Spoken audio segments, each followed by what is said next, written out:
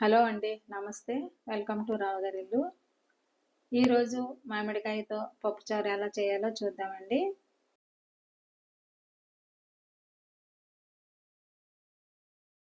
100 గ్రాముల కందిపప్పుకు 4 పచ్చిమిర్చి, 1 కప్పు మామిడి ముక్కలు తీసుకోవాలి. ఒక చిన్న మామిడికాయని చెక్కు తీసి క్యూబ్స్ అలా కట్ చేశానండి. కందిపప్పును 2-3 సార్లు శుభ్రంగా కడిగి అరగంట పాటు నానబెట్టుకోవాలి. శుభ్రం చేసుకున్న పప్పులో పావు లీటర్ నీళ్లు, కొద్దిగా పసుపు, టీ స్పూన్ నూనె వేసి అరగంట పాటు వదిలేయండి. టైం ఉంటే 2-3 గంటలైనా నానబెట్టుకోవచ్చండి. పప్పును నానబెట్టి ఉడికించడం వల్ల గ్యాస్ ప్రాబ్లం రాదని చెప్తారండి.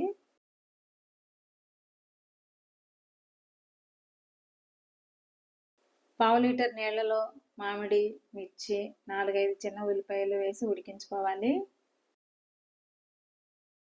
వీటిని 5 నిమిషాలు ఉడికించుకుంటే చాలండి. 5 నిమిషాలు అయిందండి. మామిడి, మిర్చి, ఉల్లిపాయ ఇలా ఉడకాలి.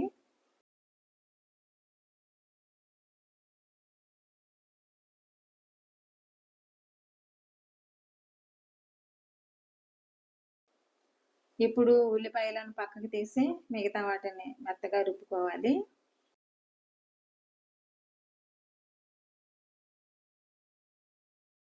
చల్లారిన తర్వాత నేను మిక్సీలో వేస్తున్నానండి.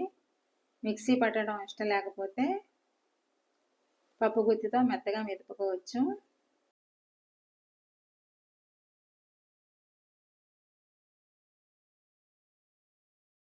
అరగంట పాటు నానబెట్టుకున్న పప్పును కూడా ఉడికించేసానండి. కుక్కర్ కూడా చల్లారిపోయింది. పప్పును మెత్తగా మెదుపుకోవాలి.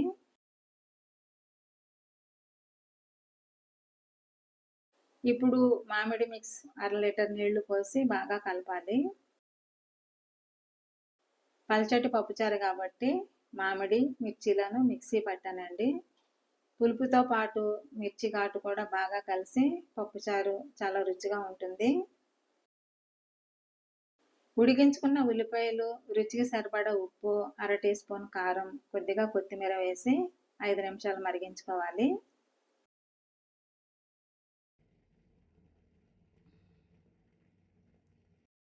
ఐదు నిమిషాలు అయిందండి. పప్పుచారు బాగా మరిగింది. ఇప్పుడు దీనికి తాలింపు వేయాలి. సాధారణంగా పప్పుకు పెట్టినట్లే తాలింపు పెడితే సరిపోతుందండి.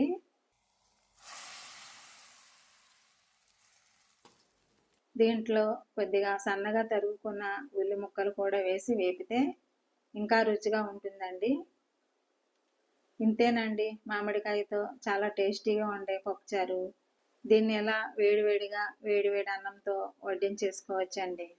అన్నంలోకి ఈ పప్పుచారుతో పాటే వడియాలు, మజ్జిగ మిర్చి కూడా సర్వ్ చేశానండి. చూడండి, పప్పుచారులోకి రాగి పిండితో చేసిన వడియాలు, జొన్న పిండితో చేసిన వడియాలు ఫ్రై చేస్తున్నానండి.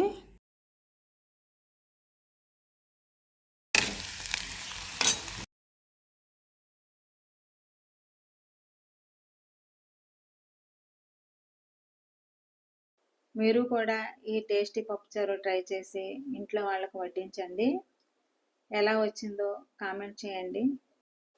ఈ రెసిపీ నచ్చినట్లయితే లైక్ చేయండి, షేర్ చేయండి, సబ్స్క్రైబ్ చేసుకోండి. Thank you for watching my channel.